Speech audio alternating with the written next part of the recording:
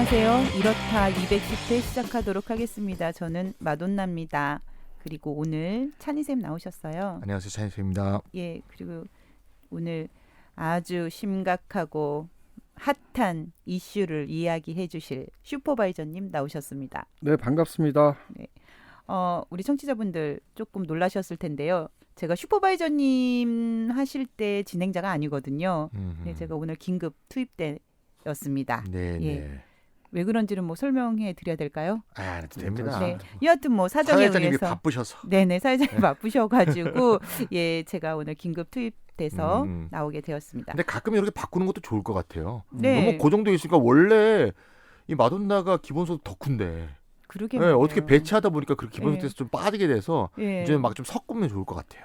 그리고 이제 저는 이제 사적인 그 감정은 이제 간만에 뵈니까 또 너무 반갑고 그래서 예 좀 슈퍼바이저님 좀 자주 저도 뵀으면 좋겠네요. 예, 네, 반가워요. 네. 네. 옛날에 우리 막년에도 같이 하고 막 그렇게 술도 자주 먹고 그랬는데. 네, 그러니까 코로나가 다 앗아갔어. 아, 그러니까요. 그러니까. 이제, 참 아쉽네요. 네, 맞아요. 너무 남남 같아. 너무 거리감이 느껴져. 한 20년 만에 만난 연인 뭐 그런 느낌? 네네 맞아요. 아유 참 연인. 네, 자 오늘 슈퍼바이저님 무슨 주제 가지고 나오셨죠? 요즘 제일 뜨거운 주제가 부동산 아닙니까? 네, 그렇죠. 그래서 뭐 포스트 LH, 그러니까 LH 사건 이후에 네, 그 해법이 뭔가? 네네. 그리고 특히 토지보유세, 토지 배당 또는 네네. 기본소득형 토지보유세 모델에 대해서 주제로 삼았습니다. 아 예. 저도 근래에 그 뉴스를 보면서도 사실상 너무 좀 관심을 못 갖고 있었어요. 그래서 오늘 슈퍼바이저님하고 방송을 하면서 문제의 뭐 본질을 넘어서 그 해법이나 이런 것까지 같이 이야기해 보면 좋을 것 같은데 차인사님이 먼저 LH 사태와 현재까지 전개 그리고 또 현황 그리고 정치권의 대응에 대해서 간략하게 정리를 해주시면 좋겠습니다. 네, 3월 2일이었습니다. 3월 2일에 민변하고 참여연대에서 기자회견을 했죠. 기자회견에서 광명시흥의 제3기 신도시 주택의 이 공무원들이 빼낸 정보를 갖고 투기를 했다. 그러면서 13명을 고발하면서 기자회견을 한 게 시작이고요. 네. 그로 이제 정치권의 태풍이 또 이제 국민 전체가 매우 분노에 빠지는 네. 그런 상황이 됐고 이게 이제 수사가 지금 사실 굉장히 지지부진한 상태죠. 그래서 정부 여당이 이제 조사, 총리 차원의 조사와 그 다음에 중수부, 그 경찰 중수부를 중심으로 해서 수사를 이렇게 동시에 진행하는 그런 이제 생각을 했는데 아직 지금 거의 한 달이 지나갔는데 뾰족한 별로 수사 결과가 나오지 않고 겨우 정부가 조사 결과로 7명 추가해서 20명이다. 이렇게 발표해서 오히려 국민들이 더 분노하게 되는 예. 그런 상황이 됐고요. 의회에서는 뭐 여권을 중심으로 해서 이해충돌 방지법을 만들겠다, 뭐 공직자 재산 공개 전수 등록하겠다, 뭐 이런 얘기가 추진되고 있지만 뭐 아직 뾰족한 가시적 결과가 나오고 있지 않고요. 특히 뭐 이 사건의 원인이라고 볼 수 있는 부동산 투기를 근절하는 방법이라든가, 네. 토지 가격이나 최근에 부동산 가격이 엄청나게 올랐죠. 네네. 이 문제를 어떻게 억제하거나 또 낮출 수 있을 것이냐. 여기에 대한 네네. 해법은 전혀 제시가 되고 있지 않은 상태다. 이렇게 말할 수 있습니다. 이게 저는 좀 딴 얘기인 줄 모르겠는데 저는 이제 집이 없잖아요. 근데 간혹 이제 그런 생각을 할 때가 있어요. 예를 들어 우리가 이제 제가 한 번도 쉬지 않고 열심히 노력을 해서 살아왔는데 아직까지 이제 전세를 면하지 못하고 있잖아요. 그러니까 후회하는 게 그냥 20년 전에 그냥 무리해서 집을 샀더라면 지금쯤 좀 다 갚고 그 가격이 또 오르지 않았을까 하는 부동산 부동산 보유로 인한 어떤 그 뭐라 그러지 그냥 재산 축적이나 이런 것들에 대한 어떤 약간 후회스러움이 약간 있는 그렇죠. 거예요. 근데 그러한 욕망이 우리나라에 사는 사람들 치고서는 다 있죠. 다 있잖아요. 다 있기 때문에 만약에 내가 어떤 권한이 있어서 부동산 관련된 정보를 남보다 앞서서 알게 되었을 때 그럼 내가 그것을 무시할 수 있을 자신이 있을까? 물론 이건 공무원을 이해하자고 그러는 게 아니라 일단 이러한 욕망이 가득한 사회 안에서 과연 우리가 아주 그냥 언발에 오줌 놓는 것처럼 찔끔찔끔 제도적 보완을 한다고 해서 이게 이제 전면적으로 근절이 될 것이냐라는 이제 어떤 그런 의문을 갖고 맞습니다. 지금 사태들을 제가 보고 있는데요. 마돈나는 자기 성찰부터 먼저 하는군요. 네. 아니 그런 생각이 좀 많이 들어요. 최근에 좀 씁쓸하고 그리고 이제 이번에 이제 문재인 정부 지금 우리 1년 남았나요? 음흠. 문재인 정부 내내 이제 25차례에 걸친 부동산 정책을 내놓았잖아요.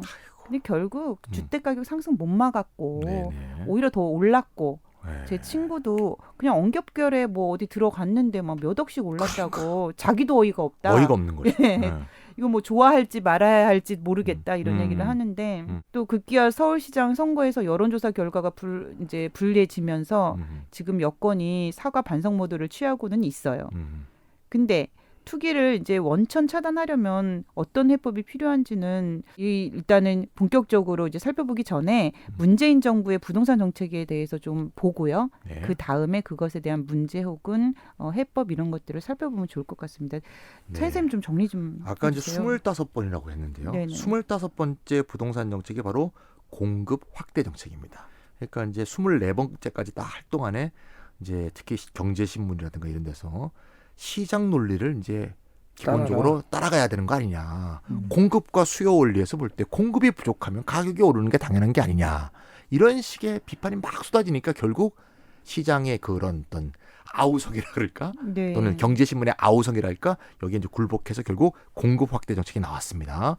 어느 정도 공급하겠다고 이제 정책을 내놨냐면 전국에 83만 가구, 서울 수도권이 32만 가구 공급 계획이고요. 특히 LH와 SH가 주로 공공을 중심으로 해서 이제 네. 주도하는 그런 공급 정책이 되겠습니다. 이 공급 정책으로 전환은 이제 2018년 12월 19일에 국토교통부에서 발표한 2차 수도권 주택 공급 계획 및 수도권 광역교통망 개선 방안에서 이미 시작된 바 있고요. 뭐 경기도 남양주시 왕숙이라든가 하남시 교산, 또 인천의 계양구의 계양 테크노밸리, 또 과천에 이런 4곳이 대규모 택지기구로 지정이 됐고 19년 5월 7일 날 국토교통부가 3기 신도시 계획, 이 3기라는 건 우리가 1기는 노태우 때, 네. 2기는 노무현 때입니다. 네. 쉽게 얘기하면 분당 일산이 1기고요. 네. 판교가 2기입니다. 판교 아, 위례 네네. 이게 2기. 이번이 이제 3기입니다. 네. 3기 신도시 계획을 발표한 이 상황에서 LH 사건이 터졌는데 LH 사건이 터진 바로 그곳 광명시흥지구가 바로 3기 신도시 확대에 나간다. 이렇게 네. 이해하시면 되겠습니다. 그러니까 공급 정책만 했던 건 아닌 것 같은데요. 네. 주택담보대출 규제도 하고 또 부동산 관련 세금도 올렸던 것 같기는 한데 어떻게 된 건가요? 네, 뭐 많이 했죠. 뭐 대출 규제도 했고, 뭐 네. 임대차 관계도 했고, 뭐 종부세 인상도 했고, 네. 여러 가지 했는데요. 이거를 다 살펴보기 좀 어려울 것 같은데 네. 어쨌건 타임라운으로 한번 조사는 해왔습니다. 그래서 네. 예, 한번 25개 정책, 25번째 나왔으니까 24개가 네네. 뭔지를 한번 보도록 하겠습니다. 자, 먼저 2017년 6월 19일부터 이제 1차 대책부터 나오기 시작합니다. 1차 대책이 이제 주택 대출을 축소하고 조정 대상 지역을 추가하는 뭐 투기 과열 지구, 조정 대상 지역 뭐 이런 지구 선정들을 하지 않습니까? 요건 하는 게 이제 1차였고요. 2차는 서울의 25개구와 과천과 세종시를 투기 과열 지구로 지정하고 양도소득세를 강화하는 정책, 이게 두 번째였고요. 세 번째는 대구의 수성구, 경기 성남 분당구를 투기 과열 지구로 지정하는 거. 이게 투기 과열 지구 지정이 이게 참 안 좋은 방법인데요. 투기 과열 지구로 지정하면 그 옆이 또 올라요. 이거 아무 소용이 없어요. 그래서 그렇구나. 왜 이런 짓을 자꾸 하는지 몰라요. 어쨌든 네 번째, 가계 부채 종합 대책을 세워서 새로운 DTI는 총 부채 상환 비율이죠. 요걸 도입해서 요걸 이제 높인 거가 되겠죠. 그 다음에 5차는 공공주택 공급 방안 발표고요. 6차는 임대주택 등록 활성화 방안. 요거 심각한 문제죠. 요물이었죠, 그게. 네, 요게 이제 완전히 작살이 난 거죠. 요거로. 임대주택을 활성화시키면 임대주택이 많이 나와서 전세 가격이 내리고 뭐 월세 활성화되고 뭐 이런 식으로 생각했는데 이게 전세와 집값을 다 올리게 되는. 다주택자 투기 수당 견제하는 그러니까요. 다주택자가 종부세도 안 내고 양도소득도 감면받고 이런 기회를 준 거죠. 예. 이때 누가 청와대에 있는지 얘기하고 싶지만 넘어갑니다. 7차는 다주택자 중과세 또 종부세 대상 확대하는 거. 뭐 8차, 뭐 9차, 뭐 10차, 11차가 바로 12월 19일에 2018년 남양주 하남 인천 과천에 3기 신도시 건설 계획을 발표한 거고요. 또 12차도 있었고요. 13차는 임대주택 비율을 최대 30%로 상향한 거. 또 14차는 2019년 5월 7일인데 아까 말씀드렸던 고양 창릉 이때 고향에서 시위 벌어지고 김현미 장관의 어. 지역구였죠. 난리가 났죠. 고향 창릉이 고향 중에서 서울에 제일 가까운 쪽이에요. 고향의 아. 서쪽에 있는 네네. 서쪽에 있는 부분이 막 시위하고 난리 났는데요. 그때 그 고향 파주가 다 올랐습니다. 지금 난리도 아닙니다. 그래서 요새 시위 안 합니다. 자, 여기는 이제 신도시를 지정한 거, 15차 또 투기과열지구, 16차 뭐 했고요. 17차는 말이죠. 서울 27개 동에 분양가 상한제를 적용한 거. 그러다가 이제 자꾸 오르니까 2019년 12월 16일 날 또 강한 조치를 취하는데요. 15억 초과 아파트에 담보대출을 전면 금지하는. 돈 있는 사람만 살아. 아니 그럼 돈 있는 사람만 사라는 거 이거를 15억 에 대책이라고 내는 거야? 15억 이상이 있는 사람만 오 마이 사고 갓. 이제 이거를 사고 싶은 사람 못 사는 거죠. 그 그래서 15억 자산이 그냥 있는 사람, 네. 보유하고 있는 사람만 네. 사라는 거잖아요. 맞습니다. 와, 이런 대책이 정말 멍청한 대책이죠. 어떻게 이럴 수가 있지? 19차, 또 20차, 또 21차, 뭐 법인주택 매매 규제, 갭 투자 대출 규제. 법인주택은 뭔가 하면 또 이제 다주택자를 이제 규제를 하니까 네. 법인주택으로 하나 바꿔갖고 이렇게 또 여러 주택을 사는 이런 걸 또 어. 빠져나가니까 또 법인주택의 과세를 강화하는 이런 것들도 했고요. 그다음에 이제 22차 대책이 2020년 7월 10일인데요. 다주택자의 종부세를 최고 5%, 양도세를 70%, 네. 취득세를 12%로 인상하는 그런 방안도 발표하고요. 23차로 재건축 규제를 완화하는 이제 공급재택으로 점점 좀 넘어가는 거죠. 네네. 재건축을 너무나 규제해 놓으니까 공급이 안 되고 있다. 뭐 이런 얘기 나오니까. 그다음에 24차 대책이 이제 2020년 11월 19일인데 2020년까지 공공임대주택을 11만 4천 가구를 공급하는 이런 네. 대책을 발표하고 마지막으로 25차 대책이 2020년 2월 4일에 전국 83만 가구 공급으로 이렇게 네. 하면서 지금 서울시, 부산시 보궐선거를 앞두고 있고 오늘은 바로 이제 사전선거가 하고 있는 중입니다. 아 숨차다. 더럽게도 말도 발표도 했다. 정말 내가 몇 개 건너뛰었는데도 말이죠. 숨이 정말 찹니다. 예. 많은 부동산 네네. 대책이 나왔는데 음, 저는 공급 확대가 나올 때마다 가슴이 굉장히 답답해져요. 이 무주택자로서 이 음. 대책을 볼 때마다 산술적으로야 너무나 맞지. 공급이 많으면 응? 접근성도 좋아지고. 근데 한 사람이 정말 많이 사니까 도대체 나 같은 사람들은 도저히 내 집을 가질 수가 없잖아요. 그래서 이번 지금 막판에 지금 공급 확대한다고 하는 거 보니까 또 마음이 좀 먹먹해지는데 이게 지금 타임라인을 보면은 차이 선생님 설명해 주신 거 들어보니까 이게 처음에는 대출 규제로 중심을 잡으려고 했던 것 같아요. 근데 2018년 하반기부터는 소위 3기 신도시 같은 공급 정책으로 전환이 되고 그리고 작년 7월부터는 취득세, 종부세, 양도세 이런 부동산세 강화를 병행한 것 같으네요. 네. 이게요. 이게 대출 규제를 한다고 이 문제가 해결이 안 되는 게 네. 제가 하나 예를 드린 게 최근에 그 SK 바이오사이언스, 네. 즉 아스트라제네카를 위탁 생산하고 있는 그 업체죠. 네. 거기가 이번에 공모했잖아요. 주식 공모를 했는데 네. 공모주 청약에 몰린 돈이 63조예요. 63조? 억이 아니고. 공모주 청약 총액이 1.5조밖에 안 돼요. 아. 63조는 청약 증거금으로 들어갔다가 네. 61.5조는 그냥 빠져나가는 거예요. 그 돈이 갈 데가 없어서 투자할 데가 없어서 놀고 있는 거예요 지금. 세상에. 그러니까 소득 불평등이 지난 20년 동안 너무너무 커져갖고 그러니까요. 있는 사람은 63조가 남아 돌아갖고 투자할 데 없어요. 그래서 난리를 치고 아. 없는 사람은 재난지원금 좀 안 주나 이러고 지금 있는 이런 상황이 됐어요. 그러니까 대출 규제를 해봤자 대출 받아서 살 사람은 못 사는 거죠. 그러니까 네. 그러니까 수제 대출 규제를 하지 말아야. 그러니까 오히려 밑에 층이 오히려 그렇죠. 네. 집을 사고. 네, 맞습니다. 그렇게 되는 거죠. 아유, 그러니까 뭐 정말. 금융규제도 했고 너무 취득세도 슬프다. 강화했고 종부세, 양도세 네네. 다 강화했고 이제 오늘 이제 아마 제상에는 이제 슈퍼바이저님이 얘기하실 것 같은데 토지 보유세, 네. 토지 배당 얘기하시지 않을까 싶어요. 요거 빼고는 거의 다 해본 것 같아요. 몇 가지 좀 짚어보려고 하는데요. 주택 임대 사업자의 취득세, 재산세, 비과세 감면. 아까도 우리가 잠깐 이제 쭉 훑어볼 때 네. 엄청 우리가 비판을 했습니다. 당시 이제 이래갖고 이제 좀 한번 살펴볼게요. 2017년에 공급 정책 차원에서 임대 등록을 유도하고 이제 세제 혜택을 준 거죠. 그러니까 이제 임대 시장을 안정화시키자라는 네. 대책인 거죠. 그러다 보니까 다주택자의 투기 수단으로 이제 변질되는 거예요. 그러니까요. 어떤 사람이 주택을 한 30개 사고 29개를 임대주택으로 이렇게 등록하면 세금을 다 감면해주는 우리나라 뭐냐고, 주택 보급률이 그게. 지금 100% 넘어선 거 아시죠? 알죠. 예, 그러니까 사람마다 예전 한 개씩 연대에 주면 이미 네. 다 한 개씩 갖게 돼 있는 상황입니다. 그러니까요. 그래서 결국은 이제 2020년 7월 10일에 나온 대책에서는 아파트의 경우에는 등록 임대 사업자 제도를 폐지하기로 네. 3년 동안 헛짓을 한 거죠. 헛짓이 아니라 아주 심각한 짓을 한 거죠. 그러니까요. 하지만 이제 기존 임대 사업자가 등록한 임대 아파트의 경우에는 임대 의무 기간인 4년에서 8년 이후에나 등록이 말소되기 때문에 세제 혜택은 등록 말소 때까지 계속 유지되는. 그러니까 기존의 사업자는 보호하는 식으로.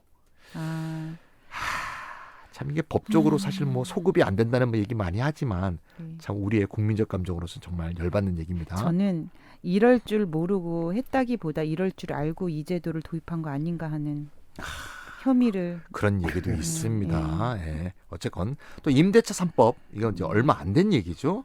그래서 작년 얘기죠. 네. 이것도 이제 짚어볼 필요가 있는데 주택 가격이 너무 많이 오르니까 뭐 지난 그러니까 참여정부 이후로 20년간에 제일 많이 올랐으니까요. 전체 가구의 38%에 달하는 주택 무소유자의 주거비용 압박, 이제 전세나 월세, 네, 네. 압박 문제를 해결해 보려고 2020년 7월 29일에 계약갱신 청구권제, 그러니까 이제 2년 살았던 사람이 살고 싶으면 2년 더 살게 하는 네, 청구권을 행사하게 하는 거죠. 또 전월세 상한제 5% 이상 못 올리게 하는 거, 네. 뭐 전월세 신고제 이런 걸 도입을 골자로 한 임대차 3법이 국회 의결되었죠. 당시 법안 대표 발의자가 박주민 의원이에요. 네. 근데 요즘 어저께 시끄럽죠. 아주경제 이미 났죠. 최근에 세를 놓은 집을 9% 올렸어요. 그러니까 자기의 이제 그 해명은 뭔가 하면 원래 너무 낮았기 때문에 네. 시장 가격에 맞추다 보니까 9%가 됐다라고 얘기하는데 5% 상한제를 대표 발의한 사람이 그러니까. 5%를 어겨버렸기 때문에 아니 발의하기 한 달 전에 미리 올린 거죠. 그렇죠. 자기가 맞습니다. 발의할 예. 줄 알고. 아, 근데 김상조 실장도 그랬잖아요. 맞습니다. 그래서 그러니까 그분은 이틀 전이었고요. 이틀 전. 근데 너무 착잡해요. 옛날에 그런 것도 있죠. 무슨 장관이 다주택자니까 하나 팔라 그랬더니 음. 세종을 팔지 않고 강남을 파는.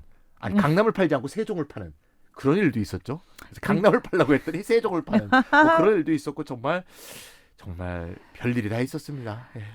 아무튼 전월세 상한제 음. 5%이 취지가 아주 무색하게 됐죠. 네네. 아니 참 그렇잖아요. 네. 이거를 발의한 의원도 그렇고 이 김상조 실장 같은 경우도 그렇고 사실 이 양반들이 굉장히 그 대표 주자라고 할 수 있는데 현 네. 정부에 맞습니다. 예, 불평등을 바로 잡겠다 싶은 어떤 기대치를 갖고 있는 사람들이고. 김상조 실장은 사실상 청와대 경제수석을 오래 했죠. 그러니까요. 예. 그러니까 그랬던 분들부터 이 돈을 이렇게 올려버리니 음흠. 그 다른 사람들 뭐 바보예요? 다른 그러니까. 임대업자들이? 예. 아 진짜 이게 착잡한 게 네. 25차례나 부동산 조치를 했음에도 불구하고 집가 상승은 떨어지지 않고 계속 됐다는 건데 청취자님들 다들 체감하시는 거겠지만 이 슈퍼바이저님 그 부동산 불평등 현황에 대해서 한번 일목요연하게 쫙 정리할 필요가 있을 것 같아요. 아유, 뭐 참 우울한 얘기지만 좀 수치로 건조하게 한번 좀 살펴볼게요. 우울해요. 네. 건조하게. 네. 일단 1년 동안요. 네. 1년 동안 공시지가 상승률이 19%였다 그래요. 그래서 지금 난리가 났잖아요. 세금 많이 내게 돼가지고. 그래서 재산세. 이 공시지가 반영률을 낮추자 또는 뭐 감면하자 별소리가 지금 다 나오고 있습니다. 아이고. 근데 공시지가란 거는요. 시가의 65%를 반영하는 겁니다. 지금 현재. 맞습니다. 그러면 공시지가 상승률이 19%였다 그러는 거는요. 네네. 이 시가는 한 30% 올랐다는 거예요. 근데 이게 전국 평균입니다. 서울 수도권은 서울 수도권은 얼마나 올랐을까요? 네, 지방은 안 올린 곳이 많거든요. 네. 네. 그러면 거의 100% 오른 데도 있을 것이다. 뭐 2배로 오른 데도 있다. 이렇게 볼 수 있는 거죠. 그렇죠. 아무튼 이 부동산 가격이라는 건요. 건물과 토지 가격의 합이에요. 근데 건물 가격이라는 건 시간이 지나면 이제 감가되기 때문에 가격 급등 원인은 사실 토지 가격에서 찾아봐야 되는 겁니다. 네. 이 토지 가격은 어떻게 결정이 되냐? 제일 중요한 게 위치죠. 그렇죠. 네네. 뭐 교육, 환경 이런 거 따지기도 하지만 어쨌건 입지 조건은 위치에 따라 다른 겁니다. 역세권 접근성, 뭐 역세권 있으면 아파트 비싸고 뭐 이런 거 아니에요? 네. 뭐 스세권 이런 것도 있어요. 네. 스타벅스가 근처에 있다. 뭐 네. 그거 다 있어요. 예. 아니 다 위치가 열정적입니다. 서울 수도권이 비싼 이유도 그거고요. 예. 그러니까 어떤 지역 아파트가 비싼 이유는 건물 때문이 아니라 토지에 있는데요. 이 토지와 위치, 토지 위치 입지 조건은 사실 개발 정책이나 도시 정책 등 사회적으로 결정이 되는 거죠. 자기가 잘한 게 아니죠. 그 사람이 무슨 네. 잘한 게 아니죠. 그러니까 부동산 불평등 현황을 보려면 일단 토지 불평등 문제를 중심으로 봐야 되는 겁니다. 맞습니다. 이게 결국은 부동산의 특수성이라는 건 결국 토지가 다른 상품과는 다른 특수성을 갖고 있기 때문에 아니겠습니까? 맞습니다. 아하. 네. 그러니까 토지 소유 불평등에 대해서 좀 수치로 좀 건조하게 좀 살펴보죠. 이 최근에 가장 최근 자료는 이제 남기업 소장님이 이 기본소득당 용해인 의원실 위탁으로 이 보고서 낸 게 있는데 저도 읽어봤습니다. 예. 예, 많이 이게 보도도 되고 그랬어요. 아주 충격적입니다. 토지 소유 진위계수 2019년 0.811. 이 진위계수라는 게 1에 가까워서 불평등한 겁니다. 보통 3, 4인데. 그렇죠. 예. 0.3. 산업화가 시작되던 1960년에 0.38, 0.39였어요. 예. 뭐 이 정도 돼야 되는 거죠. 사실. 그렇죠. 전체 세대의 38.7%가 무토지 세대, 그러니까 전세 살든지 월세 사는 분들이에요. 네. 네네. 38.7%입니다. 네. 그럼 이분들은 토지 가격이 아무리 올라도 집값이 아무리 올라도 이득 본 게 없는 거죠. 우리 그렇죠. 손해를 봤지. 예. 이득 임대료가 보기는 이득이 올라가니까. 뭐야? 예. 임대료가 손해죠. 올라가니까. 점점 집이 좁아지고 네. 있어요 지금. 네. 임대료 올라가니까 손해를 본 거죠. 점점 멀어지고 있어 또. 그러니까. 그럼 그 예. 저쪽 다른 극단을 살펴보겠습니다. 2019년 최상위 14만 세대 공시지가로 평균 52억 보유하고 있습니다. 그러니까 결국 불로소득 규모를 따져볼 필요가 있는데 2007년부터 19년까지 13년간 연평균 토지 불로소득 규모가 GDP 대비 16.2%예요. 2019년에 352.9조 원, GDP 대비 18% 수준입니다. 아하. 아주 특징적인 거는요. 법인 토지 소유 비중이 높아지고 있다는 거죠. 즉 재벌이 땅 투기하고 있는 겁니다. 한국 비금융 법인들의 OECD 주요국에 비해서 약 9배나 많이 토지 구입 비용을 쓰고 있습니다. 그러니까 다른 생산적 투자를 할 여력이 없을 수도 있어요. 그러네요. 네, 토지 구입 비용이 이렇게 써대고 있으니까. 삼성역이 있는 한전 그거 현대자동차가 샀잖아요. 네, 그거 1조가 넘었죠 그때 아마. 그렇죠. 예. 네. 그거 사지 말고 네. 일찍부터 전기차에 투자했다 그러면은 네. 얘기는 좀 달랐겠죠. 그렇죠. 그러니까요. 예. 그러면 법인 내부에서는 그러면 이게 평등하냐? 음흠. 전혀 안 평등하죠. 그렇죠. 이 상위 1% 법인이 토지 소유 가액이 어떻게 됐냐면은 2018년에 738조였는데 19년에 916조로 크게 늘었습니다. 상위 1%가 법인 전체의 가액을 기준으로 해서 전체의 73.3%를 소유하고 있어요. 법인이 법인이 100개 있다 그러면요. 네. 상위 1% 법인 법인 한 개가 하나가 73.3%를 소유하고 있다. 이 한 개 법인 도대체 어디예요? 그러니까 재벌들이라 보면 되죠. 아이고 참. 그다음에 너무하네. 상위 1%에 속하는 개별 법인 한 개의 평균 토지 소유 가격이 얼마냐? 2018년 3,613억, 2019년 4,176억, 76억. 뭐 그렇다고 토지를 더 사들인 것 같지는 않고요. 네. 가격이 올랐겠죠. 그렇겠죠. 토지 불평등, 토지 소유 불평등, 이건 소득 불평등에 아주 크게 영향을 끼칩니다. 부동산 소득 전체가 소득 불평등에 미치는 영향 대략 36%라고 남기업 소장이 얘기를 하고 있죠. 임금 소득이 불평등에 미치는 영향이 한 51%예요. 임금 다음으로 부동산 소득이 소득 불평등에 큰 영향을 미친다 이렇게 말할 수 있습니다. 아하. 저 이거 보니까 제가 고향이 용인이지 않습니까? 네. 용인 한참 난리가 났잖아요. 네네.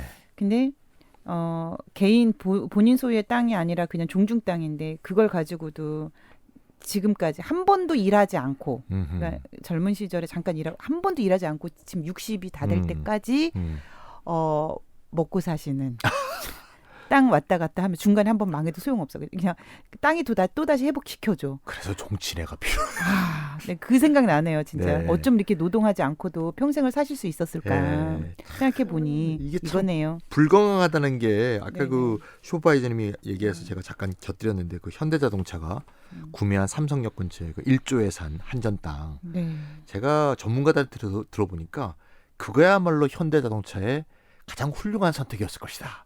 이렇게 얘기하더라고. 무슨 아. 얘기냐면 재무적으로 볼 때. 재무적으로 어. 볼 때. 예. 재무적으로 볼 때. 가장 큰 이익을 낼 거라 이거예요. 그게 아. 땅 값이 올라가니까 이게 얼마나 문제라는 거야. 사실 생산적인 어떤 그러니까요. 개발이라든가 기술 개발에 써야 될 그러니까요. 돈을 거기에 돌렸는데 그게 영업외 이익으로는 최고를 기록할 것이라는 얘기니까 이게 참 심각하다. 근데 너무 슬프죠. 비생산적인 진짜 거야, 이게 어떻게 법인이 그러니까요. 토지 투기가 얼마나 비생산적인가를 잘 표현해주는 그러니까요. 그런 사례라고 볼 수가 있어요.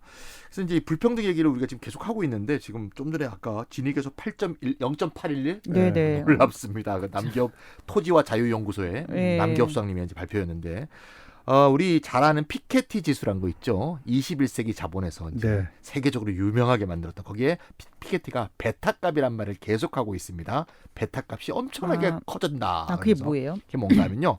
자본을 국민소득으로 나눈 거예요. 그러니까 자본이 분자에 있으니까 네네. 국민소득에 비해서 자본, 그러니까 이거 세습되는 거겠죠. 네네. 요거를 그러니까 커지면 커질수록 베타값이 커집니다. 그럼 베타값이 커지면은 그 불평등. 불평등이 나쁜 커진다. 사회죠. 불평등이 예, 그러니까 재산이 세습되는 거고 아, 자기의 노력과 노동에 의해서는 이 네네. 불평등을 개선할 수 없다는 걸 보여주는 거죠. 어허. 이거는 이제 용인 의원실에 있는 장흥배 보좌관 이분이 네. 옛날에 우리가 뭐라고 불렀죠? 삐딱이. 삐딱이라고 불렀죠. 네. 네. 삐딱이- 아르케로 네. 바뀌었었죠. 네, 의원실로 도망간 네, 우리 삐딱이님. 네. 이분이 최근에 열심히 또 연구를 하고 계시더라고요. 그래서 아하. 이분이 계산한 게 최근에 페이스북에 제가 또 봤는데 한국의 피케티 지수가 2019년에 8.8이더라고요. 이것도 일에 가까울수록 불평등이 이게 아니요. 이건 아니죠. 아닌가요? 이거는 뭐 피케티 이거 끝이 지수는 게 없어요. 아니고 끝이 없어요. 끝이 없어요. 음. 10이 될 수도 있고 20이 될 수도 있습니다. 자본이 그런가요? 커지면 커질수록. 아, 네네. 8.8은 이제 비교를 해봐야겠죠. 다른 나라하고. 오늘 8이 많이 나오네요. 네. 네. 독일은 4.4예요. 네. 뭐 독일이니까. 미국은요 4.8. 프랑스는 5.9. 영국 6.0. 일본 6.1. 스페인이 6.6이니까 한국이 참 얼마나 대단한 나라인지. 거의 1등인데요. 거의 1등입니다. 예. 그래서 어마어마하다. 그리고 이게 또 문제가 뭔가 하면요. 2015년 이후 계속 올라가고 있다. 이게 바로 박근혜 정부가 부동산 사라고 대출하기 시작한 때로부터 네, 문재인 정부 취임부터 쭉 5년이에요. 예, 그 쫙 올랐다는 얘기입니다. 그냥 부동산 대책이라는 게 진짜 거의 뭐 효과가 없었다고 없었다는 없다고 얘기죠. 예. 네. 한국은 지가가 높으니까 이제 피케티 지수가 높다고 생각할 수 있을 것 같은데요. 한국의 지가는 2019년에 GDP 대비 4.57배입니다. GDP보다 네. 4.5배가 지가가 많다는 얘기죠. 아, 네. 호주는 2.91배, 오스트리아는 1.73배. 오늘 수치가 좀 많이 나오네요. 캐나다가 1.89배, 핀란드는 0.83배. GDP보다 적습니다. 여기는 독일이 그러니까요. 핀란드 평등한 나라죠. 예, 정말 평등한 나라네. 핀란드 뭐 땅이 좀 싸 보이더라고 가보니까요. 저도 음. 독일이 1.49배, 네덜란드 1.79배, 뭐 여- 독일 네덜란드만 해도 살만한 데인 거고요. 그러니까 그러니까요. 영국은 2.82배. 이런데도 독일이 지금 베를린에 지금 집값이 올랐다고 지금 시위하고 난리 나지 않았습니까? 네. 점거도 하고 막 그러잖아요. 이거보다 한 3배 정도 많은 거예요. OECD 통계입니다. 유명한 노벨 경제학상을 탄 스티글리츠도 토지 가치 상승에서 불평등의 주요 원인이 있다. 이렇게 말한 바가 있고요. 한국의 불평등의 원인은 여러 가지가 있겠지만 네. 이 베타값을 볼 수 있듯이 지가에서 찾을 수가 있다. 근데 말이죠. 단순히 지가가 높아도 토지 소유가 평등하다면 또 다른 문제라고 볼 수 있어요. 예를 들면 지가가 또 높지만 네. 그걸 모두가 5천만 명이 골고루 갖고 있으면 네네. 높은 지가를 골고루 갖고 있으니까 뭐 평등하다고 볼 수도 있겠죠. 그럼 지가가 떨어지겠죠.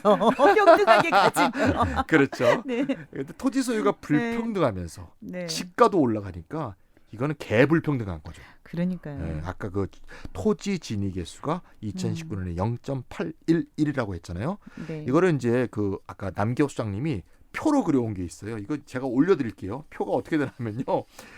쭉 밑으로 가다가 갑자기 네. 90한 몇 프로부터 올라가기 시작해서 100%쯤에서 갑자기 픽 올라가는. 예, 이걸 뭐라고 해야 되죠? 이걸 난쟁이 행진이 계속되다가 예. 거인이 갑자기 등장하는 겁니다. 갑자기 진격의 거인이 갑자기 확 나타나는 어허. 혹 놀라게 되는 이런 식이 0.812를 그래프로 그린 것이다. 이렇게 볼 수 있겠습니다. 슈퍼바이저님 말씀대로 네네. 이 토지 소유 불평등이 소득 불평등으로 이어진다 이렇게 볼 수가 있겠어요. 네네네. 그렇죠. 그리고 숫자가 많이 나왔는데 현황은 이 정도로 하고요. 시간 순서대로 살펴볼 필요가 있을 것 같아요. 문재인 정부 들어서서 토지 불로소득이 늘었나요? 아, 당연히 늘겠죠. 토지 가격이 너무 많이 오르면 네. 당연히 뭐 이게 매매도 또 할 때마다 양도 차익이 많이 생기는 거고 네. 가정이 토지 불로소득이 늘어날 수밖에 없죠. 이게 아까 좀 전에 말씀드렸던 토지자유연구소의 남기업 소장의 이제 자료를 한번 다시 보면 말이죠. 네. 올려야 될 자료도 굉장히 많습니다. 2007년부터 2019년까지의 전국 부동산 불로소득이 쭉 나와 있는데요. 이명박 정부가 5년이었죠. 5년 동안 전국 부동산의 불로소득이 1,004조였습니다. 이명박 정부 5년 동안이 아마 부동산 가격이 가장 안정돼 있었는데요. 이거는 뭐 여러 가지 여파가 있죠. 뭐 주택 공급이 많이 있었던 면도 있지만 전 세계가 이제 금융 위기가 발생해서 네. 오히려 금융 위기 때문에 디플레이션이 발생하지 않을까 굉장히 전전긍긍하던 시절입니다. 그쵸, 그때 2008년부터. 2008년이니까. 네네. 박근혜 정부 5년간은 이제 뒷부분에 좀 올랐습니다. 많이 그래서 5년간은 1,397조. 이명박 정부 때보다 불로소득이 좀 늘었죠. 근데 이러한 연간 토지 불로소득이 문재인 정부 들어서는 더 늘었습니다. 그래서 2017년 한 해만 309조. 2018년 한 해 316조인데 2019년에는 353조. 근데 너무 어마어마하잖아요. 그럼 네. 매년 기록 갱신하고 있어요. 그러니까요. 세계 3개년, 17년, 18년, 19년 3개 년도만 합쳐도 거의 1,000조에 육박한 그런 얘기죠. 이명박 정부 5년만 넘고요. 요거는 이제 서울시의 관계에서 서울시가 더 문제죠. 지금 전국보다는 이제 서울시에 초점을 맞춰서 보면 서울의 부동산 불로소득이 오세훈이 5년간 257조, 박원순 8년간 610조. 2019년 한 해는 이제 105조 이렇게 되겠고요. 2019년에 엄청나게 올랐다는 얘기죠. 이게 무슨 뭐 오세훈이 잘했다 그런 얘기가 아니고요. 그때가 이제 이명박 정권 시기하고 이제 연결되는 거고요. 네. 어쨌건 최근 4년 동안 집가 상승이 엄청나게 올라가게 되고 따라서 부동산 문제에 관한 적폐 청산이 아니라 적폐 자체이다. 이렇게 적폐 자체다 이렇게 말할 수 있겠습니다. 저는 또 이게 딴 얘기인 줄 모르는데 또 지금 차인 선생님 말씀하신 거 들으면서 무슨 생각이 드냐면 어느 대통령이 돼도 이 부동산으로 인한 그 불로소득에 대한 욕망을 이길 수 없나? 이런 생각이 드는 게 그러니까 예를 들어서 우리가 이제 이따가 말판에는 마지막에는 슈퍼바이저님이 어떤 대안적 해법을 말씀해 주시긴 할 테지만 어떤 사람이 대통령이 되더라도 한국 사회에서 나고 자라고 한국 사회에서 토지로 인한 불로소득을 경험하고 봐온 사람이 대통령이 되었을 때 이걸 전면으로 진짜 평등화할 수 있는 정책을 과연 할 수 있을 것인가? 좀 되게 좀 답답한 생각이 드는데요. 이대로 가면 망하겠죠. 그러니까요. 그러니까 이렇게 쌓여온 문제들이 실은 이번 LH 사건을 계기로 해서 한꺼번에 터진 거잖아요. 맞습니다. 그죠? 예. 참 그래서 이번 그 보궐선거에서도 이 유권자들이 표심을 결정하는데 이번 LH 사건이 큰 요인으로 작용을 할 것 같아요. 그렇다면 실제 이번 시장 선거에 나온 후보들이 내놓고 있는 처방들은 어떤 게 있나요? 네, 일단 뭐 여론조사 보면은 당신 표심에서 제일 중요한 게 뭐냐고 부동산이라고 다 얘기해요. 네. 그래서 확실히 그런 것 같고요. 뭐 당선 가능성이 높은 오세훈, 박영선 후보를 보면은 둘 다 공급 정책 중심입니다. 이미 문재인 정부도 공급 정책 중심으로 바뀐 거고요. 네. 뭐 차이가 있으면 민간 주도냐 공공 개발이냐 이 정도고요. 오 후보는 재개발 재건축 신속하게 하겠다. 그리고 그러면 투기 소요가 일어날 거 아니냐 인정해요. 그런데 뭐라고 얘기하냐면 행정 당국이 그것을 요량껏 억누르는 게 행정을 잘하는 거다 이렇게 답합니다. 풀어주고. 그러니까 행정 당국이 요술방망이를 잘 사용해서 투기 수요를 억누르는 게 임무다라고 말하고 있는 셈이에요. 근데 오 후보가 사용하려는 요술방망이를 보면요. 네. 그게 그런 종류의 요술방망이인지 알 수가 없습니다. 재건축 초과 이익 환수제를 완화하겠다.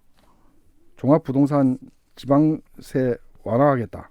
그리고 지방세화하겠다. 그 다음에 고가 주택에 대한 세금 부담 완화하겠다. 뭐 이런 얘기예요. 이건 이 요술방망이는 그러면은 뭔가 재산이 있는 분들을 더 불려주는 이런 주택 가격 요술방망이? 상승을 부추기는 거죠.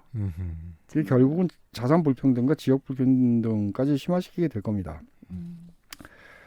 뭐 박영선 후보 경우에도 네. 뭐 참여연대 등 50개 단체들이 이제 이 공약 검토를 했는데 뭐라고 얘기하냐면은 집값 안정, 자산 불평등 완화를 위한 정책은 역시 공급 물량 확대가 전부라고 이제 비판하고 있어요. 그러니까 공급 일변도 정책의 한계를 이제 지적하고 있는 거죠. 그 다음에 뭐 이 고시원이라든지 반지하 이 주거 빈곤층이 굉장히 서울에 많잖아요. 근데 이런 저소득층을 위한 주거권 보장 정책이라든지 주거 기준 개선 등은 박영선 후보 공약에서 찾을 수 없다 이렇게 비판하고 있습니다. 이제 반면에 이제 소수 정당 후보들 굉장히 많이 나왔죠.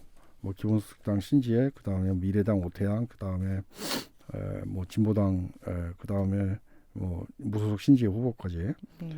이런 거대 정당 후보들과 달리 이분들은 집값 불안의 원인이 될 수 있는 재개발 재건축 규제 완화에 대해서 반대하고 있다는 점이 이제 돋보입니다. 그리고 공공임대주택 확대하고 주거 세입자 보호 강화를 하겠다라는 것을 다들 얘기하고는 있어요. 이 점에서 굉장히 차별성이 있다. 주류 후보들하고. 다만 이제 토지 불로소득 환수 문제에서 특징적인 공약은 기본소득당 신지혜 후보인데요. 이분 공약을 좀 정리를 해보자면 공급 정책은 공적 임대주택 공공 임대 비율을 75% 확대하겠다. 주거 기준을 개선하겠다. 이 정도 말을 하고 있고요. 토지 임대부 공영 개발을 말하고 있습니다. 근데 이제 불로소득 환수 재분배 문제에서 공공기여금과 재건축 초과 이득 환수금을 조례 개정을 통해서 서울 시민에게 기본소득을 돌려준다는 공약이 있어요. 아하. 이건 굉장히 중요한 건데요. 재건축 초과 이득을 공원 조성 등에 쓰면요, 인근 택지 가격이 올라가죠. 네네. 이 데이비드 합이라는 굉장히 유명한 지리학자가 강조했던 그 역설입니다. 그렇죠. 예. 네. 뭐 이렇게 써서 지가 상승의 자양분이 되는 것보다는 시민에게 돌려주는 게 낫다는 겁니다. 이 주장은 사실 뭐 저도 참여하고 있는 시민단체 기본소득 한국네트워크의 광노한 이사가 오래전부터 연구해왔던 주제이기도 하죠. 그렇죠. 광노한 이사 정말 많이 했죠. 예. 특히 이 주제와 관련해서는 전문가라고 볼 수 있습니다. 맞습니다. 재건축 초과 이득 네. 환수와 네. 기본소득 재분배. 물론 뭐니 해도 토지 불로소득 문제에서 가장 중요한 이 해법은요, 토지 보유세, 토지 배당, 그러니까 기본소득형 토지 보유세 모델이라고 얘기할 수 있는데 이 불행하게도 지방 정부와는 조세권이 없습니다. 그래서 아마 신지혜 후보는 재건축 초과 이득 문제를 갖다가 중심에 두고 공약을 짠 것 같고요. 다만 기본소득형 토지 보유세를 국회에 입법 요청하겠다 이런 정도만 얘기하고 있습니다. 네. 자, 이제 기본소득형 토지 보유세까지 이제 말이 나왔으니까 오늘의 주제로 본격적으로 넘어갈 수 있을 것 같아요. 차인쌤, 기본소득형 토지 보유세에 대해서 청취자께서 좀 아실 수 있도록, 물론 뭐 오랫동안 들어오신 분들은 좀 감이 있으시겠지만은 알기 쉽게 설명 부탁드릴게요. 네, 그 집이 있는 사람하고 없는 사람의 큰 차이가 내는 세금의 중요한 차이가 있죠. 재산세라는 게. 네. 이 재산세가 영어로 프로퍼티 텍스예요. 프로퍼티를 재산이라고 번역할 수도 있지만 영어 사전에 찾으면 부동산이라고 돼 있어요. 프로퍼티가 원래 뜻이 부동산이에요. 리얼 네. 프로퍼티 또는 프로퍼티. 그러니까 사실 부동산세라고 번역하는 게 맞는데 네. 재산세라고 번역이 돼 있습니다. 그래서 현행에 이제 재산세가 지금 이미 원래부터 있었죠. 이번에 서울시 보궐선거에도 재산세 폐지를 공약으로 내건 토지 보유세하고 정반대입니다. 재산세 폐지하고 토지 보유세는 안 만드는 공약으로 낸 사람이 있습니다. 누굴까요? 그분이. 네, 그분. 또 우리 슈퍼바이저님이 네, 악연이 그 있죠. 옛날. 우리 좀 맨날 사진을 우려서 쓰시는. 네, 허경영 후보인데요. 네. 허경영 후보 얘기 잠깐 하면 그분이 왜 그런 공약을 냈을까 봤더니 제가 이번에 선거 공보를 봤더니 네. 이분이 지난 5년 동안 납세 기록 있잖아요. 네네. 납세 기록은 소득세, 재산세, 종합부동산세 세 개를 납부한 기록이 지난 5년간 19억이에요. 그 재산세 그러니까 납세가 네. 얘기 엄청 나더라고요. 어마어마. 네네네. 제가 영자 하나가 잘못된다고 생각했더니 19억이에요. 그러니까 19억은 보통 사람이 평생 벌기도 힘들어요. 그러니까요. 19억을 5년 동안 세금으로 냈으니까 실제 재산이 얼마나 땅이 많아요. 재산 지금 1위예요. 72억. 그러니까. 신고액만 네, 72억이에요. 그게 다 그게 뭐 시가가 아니잖아요. 사실은. 예. 그래서 어쨌건 간에 정말 정치와 연애와 포교를 결합한 새로운 축제 모델을 개발했다 이렇게 생각할 수 있는데요. 어차 다시 원래 얘기로 돌아와서 네. 이 재산세는 건물분과 토지분으로 나눠져 있어요. 부동산이 왜 건물이 있고 토지가 있잖아요. 네. 이때 이 토지분 재산세가 일종의 토지 보유세라고 볼 수가 있습니다. 예. 여기에 이제 종합부동산세라는 토지 보유세가 하나 또 있죠. 예. 뭐 참여정부 때 생겼다가 지금도 이제 남아 있는데. 그래서 따라서 기본소득형 토지 보유세라는 건 결국 재산세에 있는 토지분 토지 보유세와 종합부동산세를 포괄해서 네. 세제를 좀 개혁해 보자는 전면적인 개혁안이라고 볼 수가 있어요. 아하. 그래서 종합부동산세는 폐지하고 토지보유세로 다 통합을 해서 그다음에 현행 재산세 토지분 세액은 또 신설되는 토지보유세 세액에서 빼주는 그러니까 토지보유세를 중심으로 해서 종합부동산과 재산세를 전부 재정리하는 거죠. 네, 네. 그렇게 돼 있는 계획이라고 볼 수 있고요. 인별 합산을 해서 공시지가에다가 일정 비율로 과세를 하고 현행 세제의 비과세는 그대로 두되 감면제도는 이제 없애는 그런 식의 구상이 되겠고요. 더 중요한 것은 뭐냐? 배당이죠. 토지 보유세의 세수 전액을 조건 없이 모든 개인에게 배당한다. 이게 이제 기본소득형 토지 보유세. 네, 네. 최근에 많이 나왔던 얘기죠. 이거 이제 기본 내용이라고 볼 수가 있겠습니다. 조세 제도의 합리성을 추구를 하면서 세수 전액을 기본소득으로 나눠준다는 게 차이가 있겠네요. 맞습니다. 그런 차이가 있고요. 그래서 토지 불로소득 과세를 할 때 불로소득이 이제 많이 발생하지 않습니까? 네. 과세하는 여러 가지 방법이 있겠지만 가장 기본적인 과세 방법을 토지 보유세에 두고 네. 사실 뭐 취득세, 양도세도 있습니다. 살 때 내는 취득세, 네. 팔 때 내는 양도세가 있지만 이거는 이제 부차적인 수단으로 보는 게 이 기본소득형 토지 보유세의 사고라고 볼 수 있고요. 취득세, 양도세는 이제 어떤 문제가 있냐면 양도세를 너무 올려버리게 되면 거래가 아니로 발생하죠.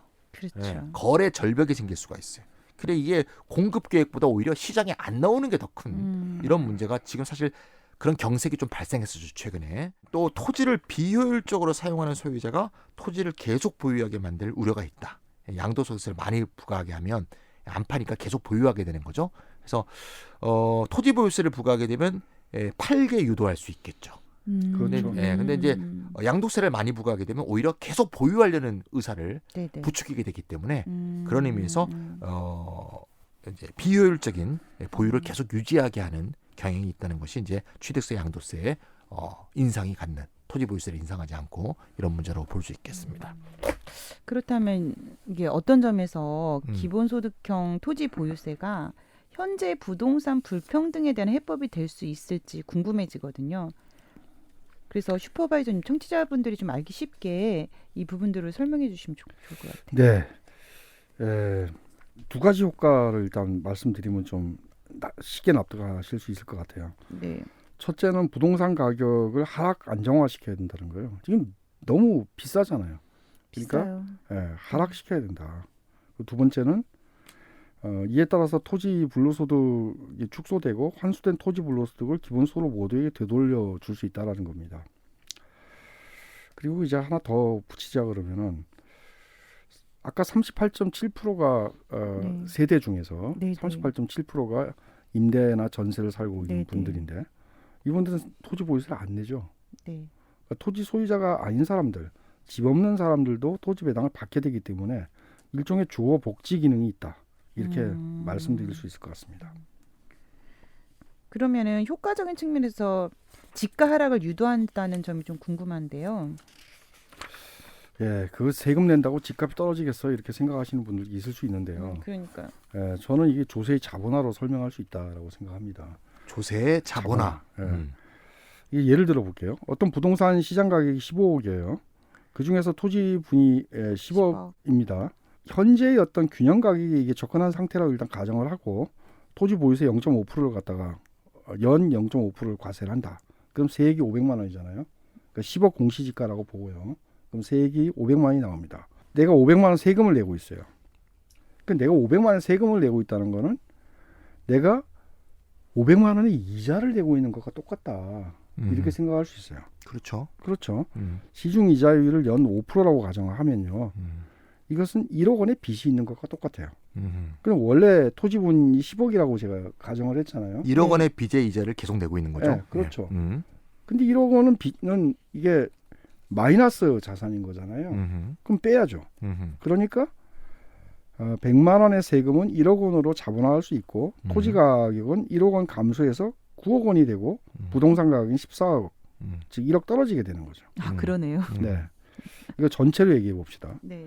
매년 토지 보유세로 30조 원을 거둔다 이렇게 가정을 해봐요. 그러니까 세수 규모가 30조 원인 거죠. 이건 뭐냐? 토지 소유자 전체가 부담하게 되는 이자 비용이라 생각할 수 있어요. 38.7%의 세대는 이걸 부담하지 않죠. 네, 근데 근데 나머지 토지를 네. 갖고 있는 사람들이 이자 비용으로 30조 원을 내고 있는 거예요. 그럼 30조의 이자 비용을 발생시키는 원금이 얼마겠습니까? 1,200조 원입니다. 뭐 이자율에 따라 다르지만 아까는 연 5% 이자율로 제가 가정을 했는데 네. 지금 현재의 전월세 전환율 2.5%거든요. 아, 2.5%를 적용하면은 30조에 대한 원금은 1,200조. 그러면 한국의 총토지 가격 중에서 1,200조만큼이 떨어지는 겁니다. 물론 현지에서 그대로 이렇게 나타나지는 않아요. 다른 요인들이 있으니까. 즉 아까 찬희 선생님이 말씀하신 것처럼 유동성 과잉이 있다든지 돈이 막 네. 너무 많다든지 또는 뭐 공급 차원의 문제 이런 게 변수로 작용하겠죠. 그러나 뭐 경제학에서 자주 하는 가정들 다른 상황이 동일하다면 세테리스 파리부스 이렇게 얘기하는데 다른 상황이 동일하다 그러면 30조의 2.5% 이자율의 원금인 1,200조만큼 다른 조건이 모두 동일하다 그러면요. 30조의 원금인 1,200조만큼 부동산 총가격이 떨어지게 되는 겁니다. 물론 저금리 시대니까 이보다 적은 규모로 이자율이 낮으니까요. 적은 규모로 부동산 가격 하락을 예상할 수도 있습니다. 어찌됐건 부동산 가격이 하락을 하죠. 그러면은 과세 대상, 그러니까 토지의 가격도 줄어들 거 아닙니까? 그러면 세금도 적게 내게 되겠죠. 결국은 이 세액이 줄어들고 가격 하락폭도 줄어듭니다. 그래서 이런 과정을 거쳐가지고 부동산 거품이 꺼지게 되고요. 가격 변동에 따라서 이렇게 저렇게 진동을 하겠지만 아래쪽으로 균형을 찾아가게 됩니다. 그러니까 이런 과정이라는 게 투기 수요가 사라지고 균형을 회복하는 과정이라고 볼 수 있습니다. 그럼 계속 떨어져야 되느냐? 시세가 지나치게 하락하면 이게 또 문제가 될 수 있죠. 경기가 안 좋아진다든지. 우리 부동산 총 가격이 우리나라 사람들 굉장히 많은 분들이 주택담보대출을 받고 있는데 네. 뭐 여기에 근접하게 된다. 그러면 안 될 거 아닙니까? 그럴 경우에는 세율을 낮춰서 회복시킬 수도 있다. 그래서 제 생각에는 토지 보유 세율은 상한과 하한을 둔 탄력 세율로 할 필요가 있다. 이렇게 생각합니다. 이해가 되네요. 그러니까 지가가 하락하고 부동산 가격도 그만큼 하락한다는 건데요. 그러면 임대료도 하락하게 되고 또 거기에 집 없는 사람도 토지 보유세수를 나눠받으니까 주거복지 차원에서는 집 없는 사람에게 어떤 측면에서는 이중으로 이득이 될 거고 이 점을 강조하시고 싶으신 것 같아요. 그렇죠? 네, 그렇죠. 일단 임대료를 적게 내게 될 거고 네네네. 집값이 하락했으니까 그리고 토지 배당을 받으니까 네. 또 주거복지 차원에서도 도움이 되고. 그럼 또 결과적으로는 불평등이 좀 완화될 거고요. 그렇죠. 그러면 다른 문제로 넘어가기 전에 왜 세수를 기본소득으로 나눠주어야 하는가에 대해서 아주 간략하게 슈퍼바이 좀 설명 좀 해주세요.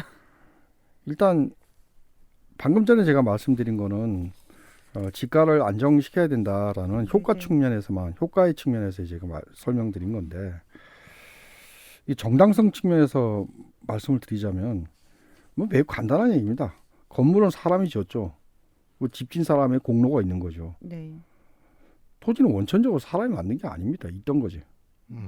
그렇죠. 토지는 그럼 모든 사람한테 권리가 있다는 겁니다. 네. 뭐 토지 공유부 또는 토지 공개념이 그런 거죠. 네. 두 번째, 이 토지 가치가 올라갔다 떨어졌다 그러잖아요. 주로 올라가기만 하니까 지금 문제인데 그것도 뭐 파격적으로 올라가고 있으니까 문제인데요. 이건 사회적으로 결정된다는 거죠. 아까 몇 차례 나왔던 얘기지만 위치, 입지 조건에 따라 달라집니다. 이건 사회적으로 결정이 돼서 올라간 거지 토지 소유자가 노력해서 가치가 올라간 게 아닙니다. 그러니까 그가 토지 가치를 독식하는 것은 정의롭지 않죠. 기본소득으로 나눌 정당성이 이 두 가지 측면일 수 있습니다. 원천적으로도 모두의 것이고 또 가치가 상승한 것도 네가 노력해서 그런 게 아니라 뭐 사회적인 결과로 그렇게 올라간 거다. 이런 얘기입니다. 어떻게 생각하면 노력해서 가치가 올라가지 않기 때문에 그렇죠. 되게 매력적인 상품이기도 네, 한 네, 것이죠. 네, 예, 그래서 네, 욕망이 맞습니다. 작동하는 네. 것 같고요. 음, 그래서 너무 슬프죠. 열심히 일하는 사람들 입장에서는. 자, 그러면 차인 쌤, 기본소득형 토지 보유세에 대해서 더 보충하실 말씀 없으세요? 뭐 슈퍼바이저님이 뭐 말씀을 워낙 잘하셔서 뭐 제가 뭐 특별히 보충할 건 없고요. 그냥 지지를 표명하고 싶은데요. 네. 보통 토지 보유세 얘기하면 많은 분들이 물어봐요. 이게 세율은 어느 정도 되는 거냐? 특히 집 가진 사람들이 궁금하죠. 네. 그게 중요한 문제죠. 네. 근데 거기에 대해서 지금 아까 탄력세율로 한다는 말씀하셨거든요. 이게 굉장히 중요한 것 같아요. 뭐 상한선, 하한선을 두고. 지금 너무 집가가 올랐기 때문에 네. 지금에서 더 안 오른다고 해서 바람직한 사회가 아니거든요. 이게 떨어져야 돼요. 근데 갑자기 떨어진다 그럴 때 이게 크래시처럼 네. 갑자기 폭락해버리면 또 이제 문제가 생기지 않습니까? 그러니까 네. 소프트 랜딩이라 그러잖아요. 연착륙이라고. 안정적으로 점점 내려가야 되거든요. 이게 안정적인 하향을 유도해야 되기 때문에 이게 굉장히 탄력세율, 즉 세율을 조정을 해서 유도할 수 있지 않을까 그런 생각이 들고요. 우리나라가 가계부채가 세계 OECD 1위 아닙니까? 네. 네. 국가부채는 맞아요. 굉장히 낮은데, 근데 그 가계부채의 상당수가 주택담보대출입니다. 당연하죠. 전세 살고 부담돼요. 있는데 맞아요. 자꾸 집값이 올라가. 전세 옮기려고 하는데 또 전세가 또 2억이 올랐어. 항상 올라요, 전세값은. 에이씨, 떨어지질 않아요. 대출이라고 빨리 사자. 음. 이렇게 되는 그러니까. 사람들이 많단 말이에요. 저 살면서 전세값 떨어진 적 한 번도 없었던 한 것 번도 같아. 없죠. 예. 그리고 주변에 보면 음. 이 주택담보대출 안 받은 사람이 저밖에 없던데요. 제 친구 그래 임대아파트 사는 친구 말고는 맞아요. 다 받았어 다. 맞아. 대출을. 예, 그렇습니다. 한국은행의 최근의 자료를 보니까 2021년 1월 최근 자료네요. 1월의 대출, 이 주택담보대출이 어느 정도인가 하면 전세자금 대출을 포함해서 주택담보대출 잔액이 726조 9천억 원. 잔액이란 건 이제 갚은 거 빼고 남아있는 네. 부채가 726조예요. 우리나라 GDP가 1900조 정도인데 어마어마한 액수입니다. 그래서 만약에 부동산 가격이 계속 상승하면 당근 주택담보대출도 더 늘어나겠죠. 더 늘어나겠죠. 예, 그래서 시장에 확실하게 네. 이래서는 안 된다는 시그널을 줘야 됩니다. 그러려면 충분히 그 시그널을 줄 만한, 즉 집가 하락의 효과가 분명한 수준의 보유세율이 책정돼야지 하나마나한 종부세처럼 하나마나한 식으로 되면 아무 효과가 없을 거라는 얘기죠. 확실한 시그널을 줘야 되고, 그래서 이런 적정한 세율이 책정이 돼서 토지 가격이 하락하기 시작하면 하락 정도에 맞게 세율을 이렇게 탄력적으로 조정할 수 있는 방안을 미리 만들어 놓고, 그렇게 해서 이 투기 소유에 대해서 꼭 정확한 시그널을 줄 뿐만 아니라 소프트 랜딩을 사사히 유도할 수 있는 그런 세율 조정이 된다는 거, 이 점이 굉장히 공감이 갈 수 있을 만한 그런 방안이 아니었는가. 네. 옛날에는 이제 슈퍼바이저님이 굉장히 철학적인 얘기를 많이 하셨는데 네. 최근에 이렇게 정책의 세밀함이 굉장히 많이 이게 뭔가 좀 강화된 것 같은 느낌이 드는데 무슨 그러니까요. 이유라도 있나요? 이거 제가 연구 보고서를 작년에 공유부 세목에 대해서 연구 보고서를 쓰다가 연구 보고서를 음. 하셨군요.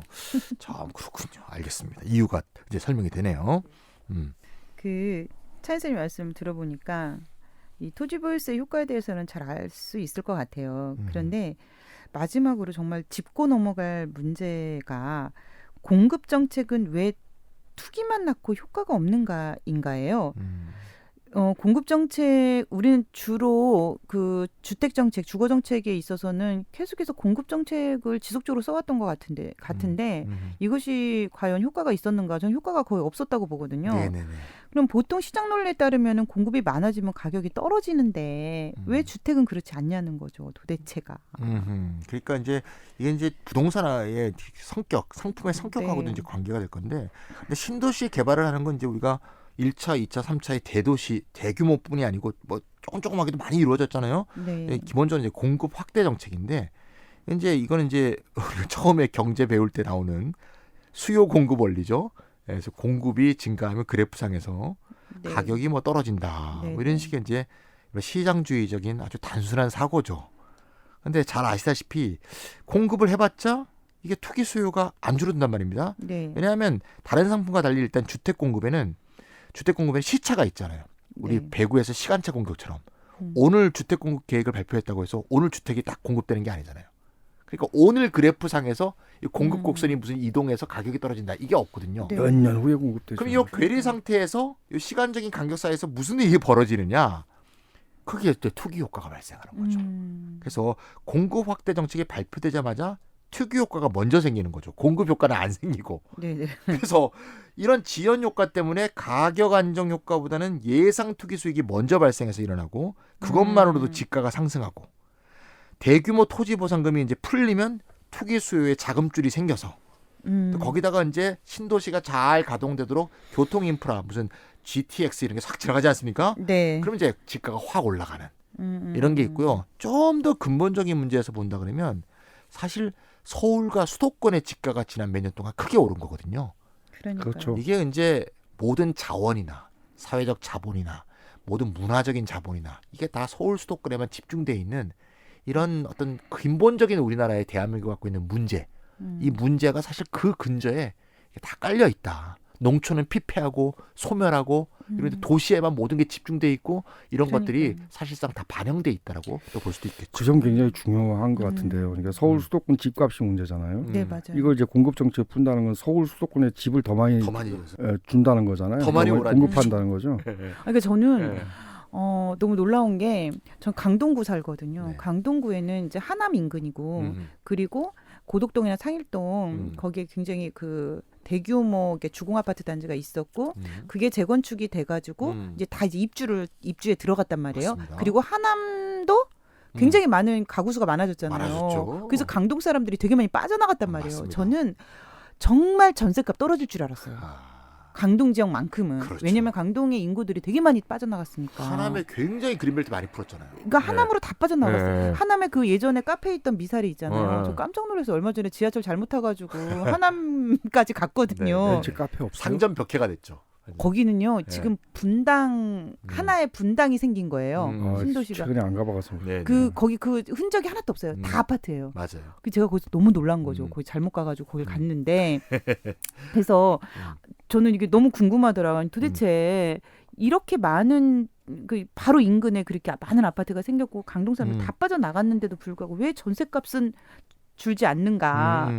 집값이 오르니까 전세값이 오르는 그러니까 이렇게 거니까. 공급 정책을 열심히 공급 정책을 계속했는데 투기 수요를 차단하는 방법은 도대체 없는 것인가? 네. 예.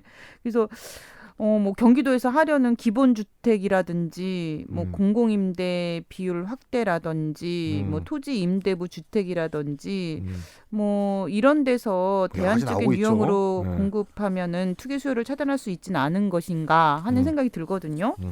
그건 뭐 마도나님 말씀 맞아요. 뭐 그런 방식으로 이제 공급을 하면 투기 수요는 일단 차단이 되겠죠. 네.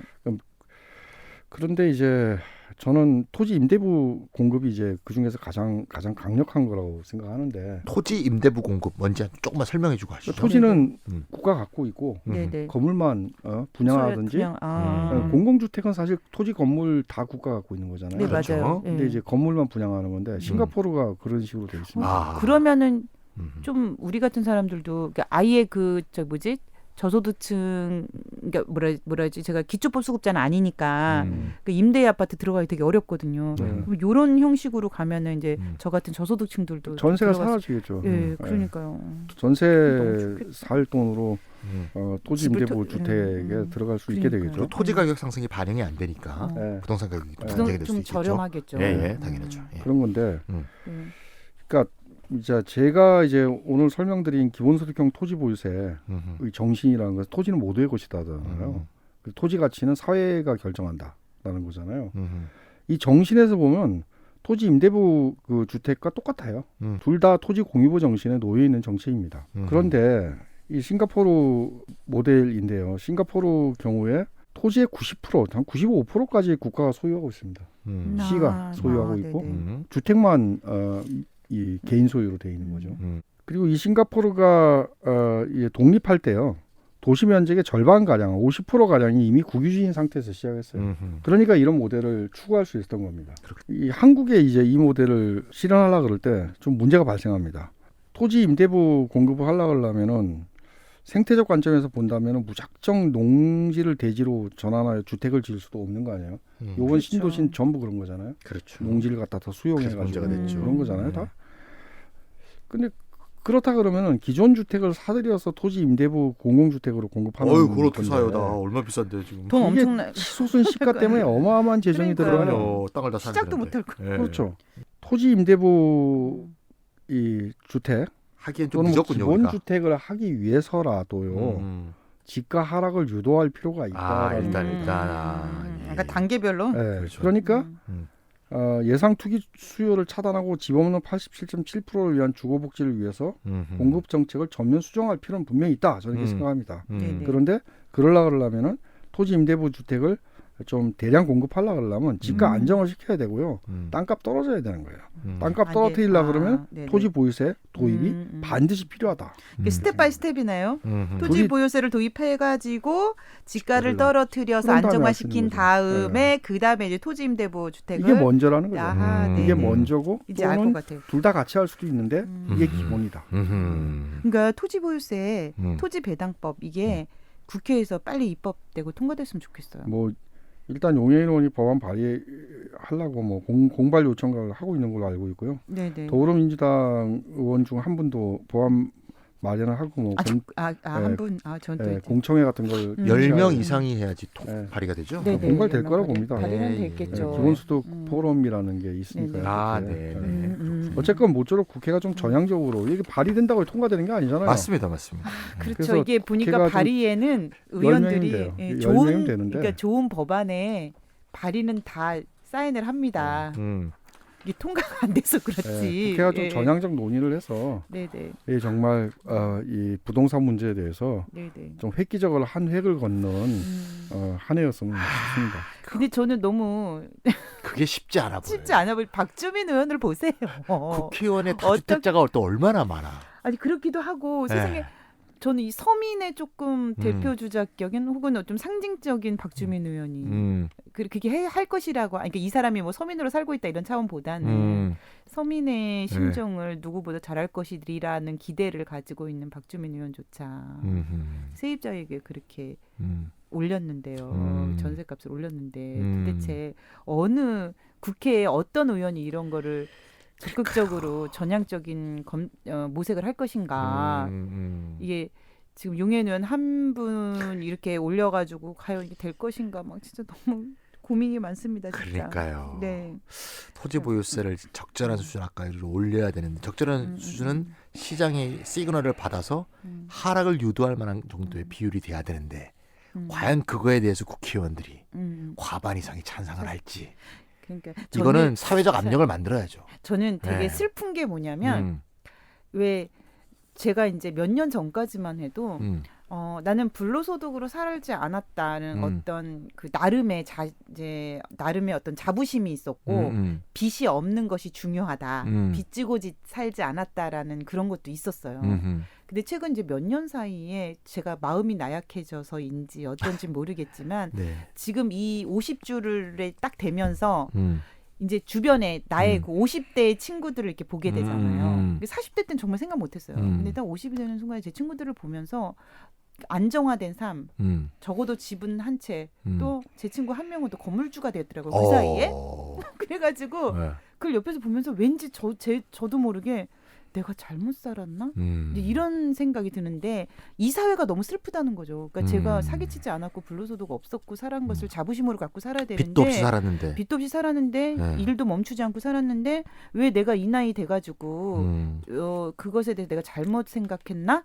그러니까 경제적 관념이 내가 없었던가? 근데 이러한 마음을 갖게 만든 것은 도대체 무엇인가? 이것은 저는 이런 이 부동산 불평등이 준 어떤 굉장히 안 좋은 저는 뭐라고 그러나 결과가 아닌가 싶은 생각이 드는 거예요. 사람의 맞습니다. 삶 자체를 그렇게 좀 왜곡되게 만들잖아요. 자꾸 맞아요. 후회하게 만들고. 그리고 욕망을 가질 것을 막 이런 후회를 갖게 하니까 저는 이게 그냥 단순히 뭐 불평등을 완화하고 이런 문제를 넘어서서 삶의 가치와 연결돼 있다고 저는 생각해요. 어떻게 사는 것이 옳은 삶이냐. 네, 맞습니다.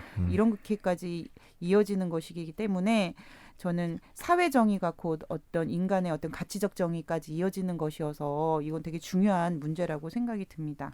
네, 제가 지금 마지막에 너무 흥분해가지고 말이 길었던 것 같습니다. 청취자 여러분들, 이 고민을 사실 같이 나누고 싶었어요. 예, 혹시 의견 있으시면 저희 댓글에 많이 올려주시기 바랍니다. 오늘 애쓰셨습니다. 이렇다 방송 이것으로 마치도록 할게요. 네, 수고 많으셨습니다. 감사합니다. 네, 안녕히 계세요.